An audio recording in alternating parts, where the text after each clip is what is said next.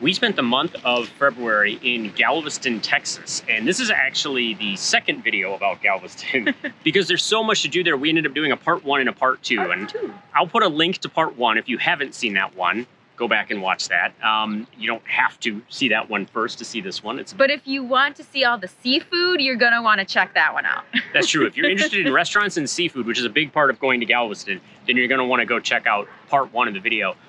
Part 2, we're gonna get a little bit more of what we did while we were on the island. And it's a good sized island. It's not very wide, but it's what, 27 miles long?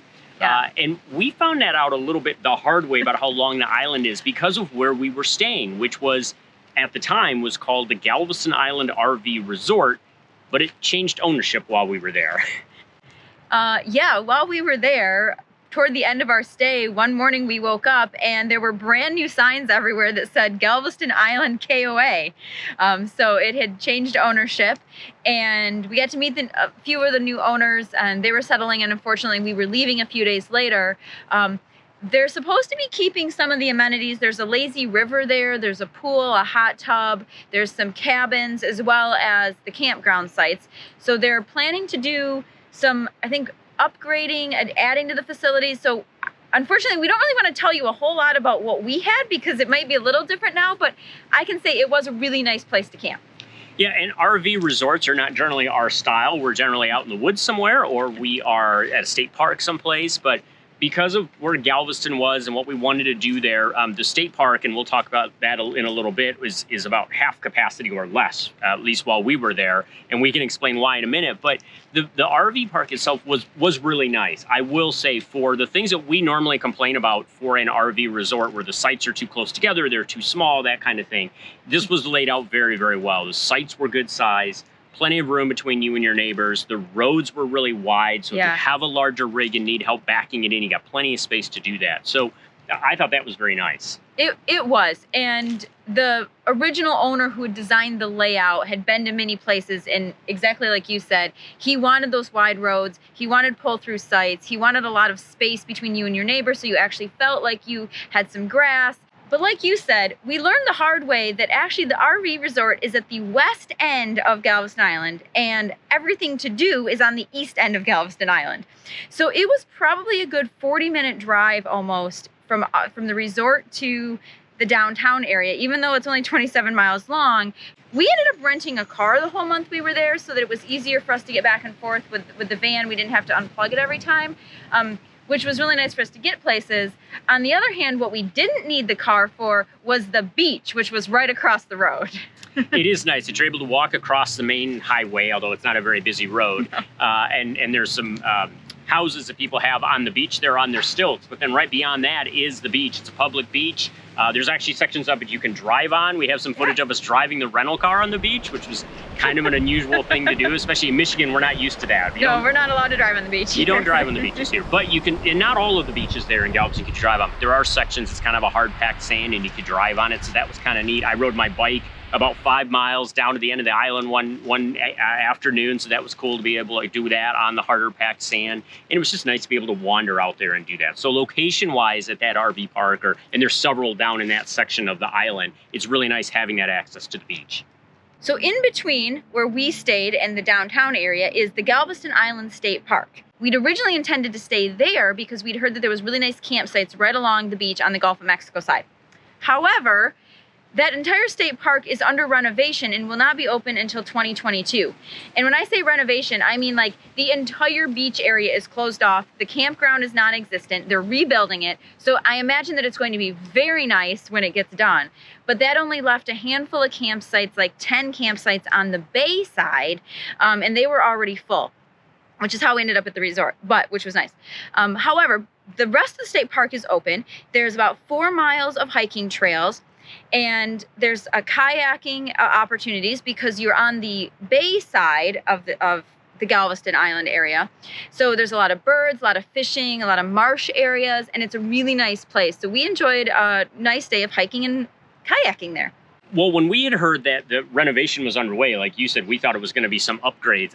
When I drove over there to kind of get some footage of what they were working on, it's gone. Like, you'd never know there was a campground. No, it looks like a beach. It's been wiped out, and they're starting from scratch. So I think, if there's bathroom and shower facilities there, those will be brand new. The campsites, all of the electric looks like it's all being torn up and redone. So it'd be a nice place to go to if you're looking at camping on Galveston Island. Check out the state park starting in 2022. You mentioned the hiking. There wasn't a lot to see in terms of the trails there. I mean, we kind of meandered around for a little bit. It's kind of a wide open, flat, marshy area. It's not hiking. It's, meandering through trails. It's marsh and birds. That's what you're going to see there. That's what it's known for. And getting your feet possibly wet, probably muddy. Depends on the season. Again, we were there in February, so. Oh, they do say that the trails do get wet because you are at sea level there, so if there's been any rain or any change in fluctuation, the water's going to rise and come up over the trails. But they have a couple really nice wooden, like 2-3 story overlooks, so that you can get a full view out over the water. With binoculars, you can see across the bay. You can see over to the other side to the mainland of Texas. You can see for quite a ways. And definitely bring your binoculars, because you'll want them to see all of the different birds that's going on. So there's ibis, there's the roseate spoonbill, there's pelicans, there's just all sorts of things. In different times of the year, there'll be things coming and going as they migrate through the area, but it is definitely known for the birds there.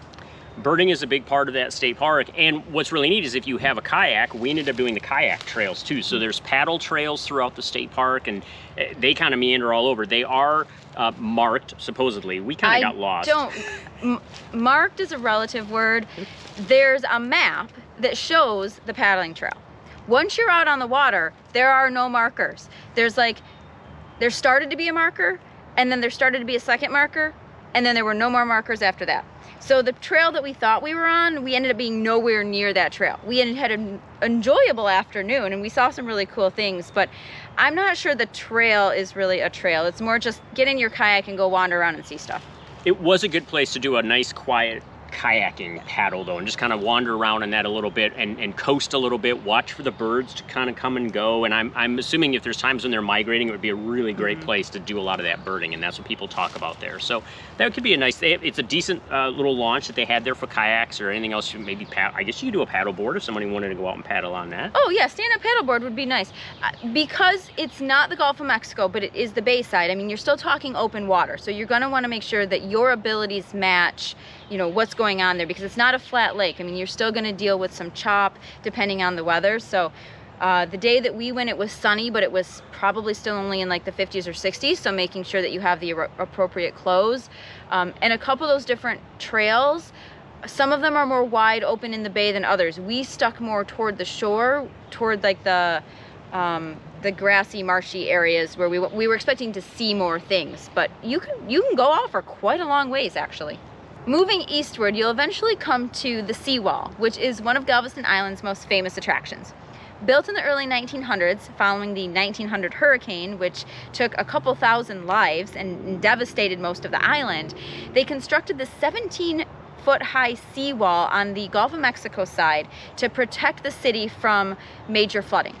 Today, it's known as basically a tourist attraction, and it is considered the longest sidewalk. It's something like 10 miles down the island, and it's a great place to go for a stroll. You can ride your bike, haul your kids in a stroller. You can walk down on the beach, but it's basically the place where all of the restaurants and the hotels and the tourist attractions and the Big Pleasure Pier are located. So it's probably the most touristy area of Galveston Island. And there is parking on the main street there as you're driving along the seawall, so there's plenty of parking that you can stop and spend your time wandering up and down the seawall. Some of it's more in town, some of it's a little less developed, so there's areas where you can walk in that's not quite as developed. I was kind of surprised given what it does and how big it is when they built it. The beach, the sand has kind of moved up over the years, right? And they always have signs up to say, steep drop off, be careful while you're walking on there. But when I looked at it, I was expecting it to be a much steeper drop off because I expected the beach to be lower. Yeah, I think that 17 feet in areas, like you said, the sand has piled up against it. And so maybe it's not quite 17 feet in all the sections. But it's still a pretty good drop off. And it's serving its purpose for sure, because the island has had several hurricanes over the years, including some other pretty devastating ones. But But essentially what's happening now is instead of flooding from the Gulf side, it's flooding from the Bay Harbor side. So I think it was like 2008, Hurricane Ike came through and flooded the downtown area. And you had water that was like 5-6 feet high because it had all come in over the bay because it could no longer come in from the Gulf side. Well, and we have a photo, I think we have a photo of you at one of the old medical college buildings, and they have a high water mark from Hurricane Ike, and it's over your head. It's over my head, yeah. I mean, and for those of you who don't know me, and I mean, you can probably tell I'm short, but I'm like just shy of 5 feet. And yeah, that high water mark was over my head, which that's a lot of water. The seawall is a big part of Galveston's history, and everything that they've done in Galveston after that devastating hurricane in 1900, they've actually raised the grade of the entire city. It's an engineering marvel. So if you get a chance to look that up, do that. Or if you visit Galveston, make sure you take some time to learn about that history and what went on there. There's a lot of history. We've talked about the Strand and the historical district downtown, and that's actually in video 1, so go back and watch that if you want to learn about that. But the other thing that's interesting too is you can walk or drive around Galveston, and there's a lot of historic houses. Bigger houses, smaller houses, different eras when they were built. There are some buildings that are still left from the 1900 hurricane. When we said it was devastating, it took out most of the city. But there are some buildings that survived, and you can find those. And I thought I don't know if it's the Historical Commission or Visitor Center, they do a pretty good job. You can find information while you're in Galveston about the different houses and where to go see historic districts. In fact, the Galveston Historical Foundation has a whole website dedicated to the history of the island, some of those historic places. In fact, twice a year they do a historic homes tour, and so the families that live in them open them up so that you can go and see inside of them, because yeah, there are many different architectural eras, Victorian and neoclassical and otherwise, represented on the island. Another part of history that is in Galveston, you talk about the seawall, and then you've got the historic neighborhoods and that kind of thing. But there's actually, I think we mentioned the Pleasure Pier that's out there, and that's actually an amusement park. Is out on this giant pier now, right off the sidewall. But I mentioned history because it started way back in the 40s, yeah. That they built this pier, and at one time when the military was in Galveston, they actually had a fort in the area.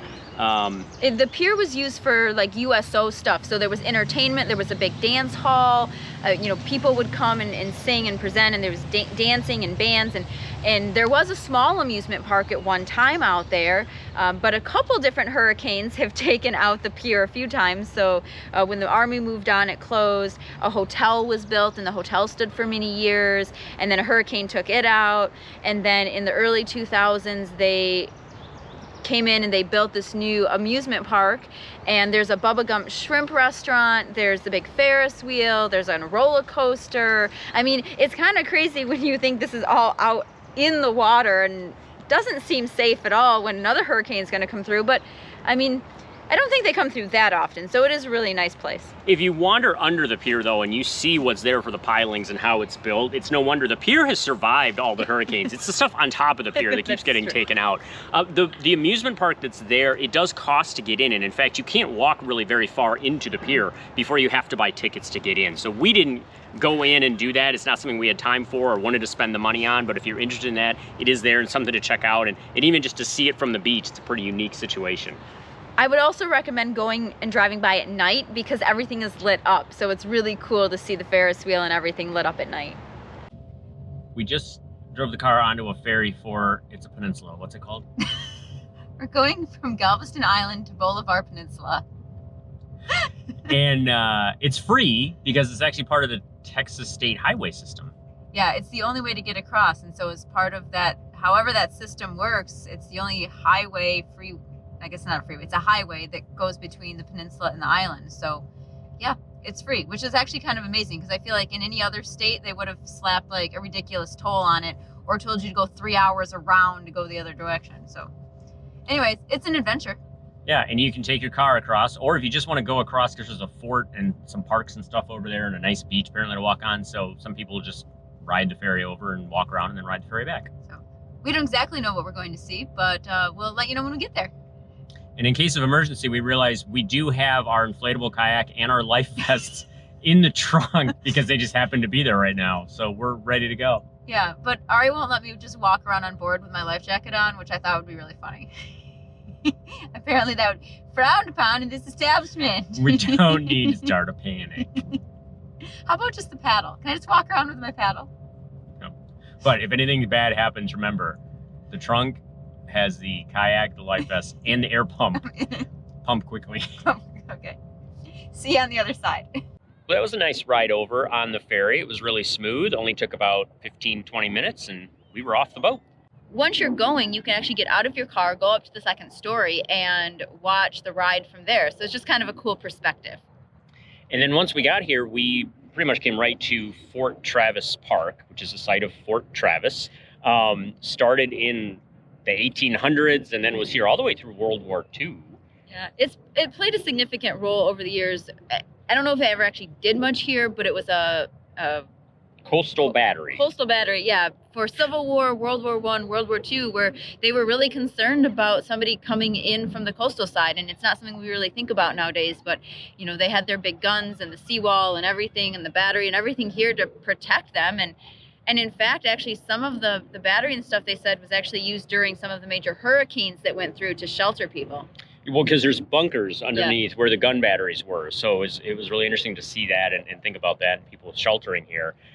It's also a fun place. I don't know if you can see them in the camera behind us, but we've been watching them for quite a while. You can see a lot of the ships coming and going out of the harbor and some of those container ships just loaded with product that will soon be headed to your house probably. But yeah, it's crazy how much they can carry. So if you're in the Galveston area, you know, take the ferry ride over. It's not very long, and this is just a cute little park to check out. I know there's other stuff here on the peninsula, but we just kind of hung out here for the afternoon, so I don't know what else there is, but I think it's worth a trip over here.